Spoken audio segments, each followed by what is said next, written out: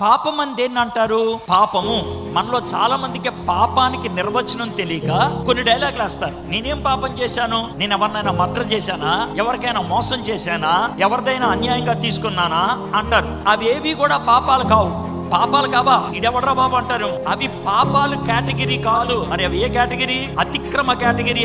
అది రెండో స్థాయి. పాపం మొదటి స్థాయి. నువ్వు రెండో స్థాయిలోకి వెళ్ళి మొదటి స్థాయి విషయాల గురించి మాట్లాడతావే. పాపం అంటే ఏంటో మీకు చెప్తా. పాపం అంటే ఏది చెయ్యాలని నీకు తెలుసో అది చెయ్యకపోతే పాపం. మీకు స్కూల్ భాషలో చెప్తా. హోంవర్క్ చేయమన్నారు, చెయ్యకపోతే పాపం. పరీక్షల్లో కాపీ కొట్టద్దన్నారు, కొడితే అతిక్రమం. అర్థమైంది కదండి? ఇది చెయ్యమన్నది చేయటం, అది చెయ్యొద్దన్నదని చేయటం. నీకు అర్థమైంది కదా? చెయ్యమన్నది బైబిల్ చదవమన్నాడు దేవుడు, చదువుతున్నారా? ప్రార్థన చేయమన్నాడు దేవుడు, చేస్తున్నారా? ఆయనతో సహవాసం కలిగి ఉండమన్నారు, ఉంటున్నావా? ఇవి మనకు తెలీదా? తెలిసిన వాటి గురించే మాట్లాడుతున్నాను.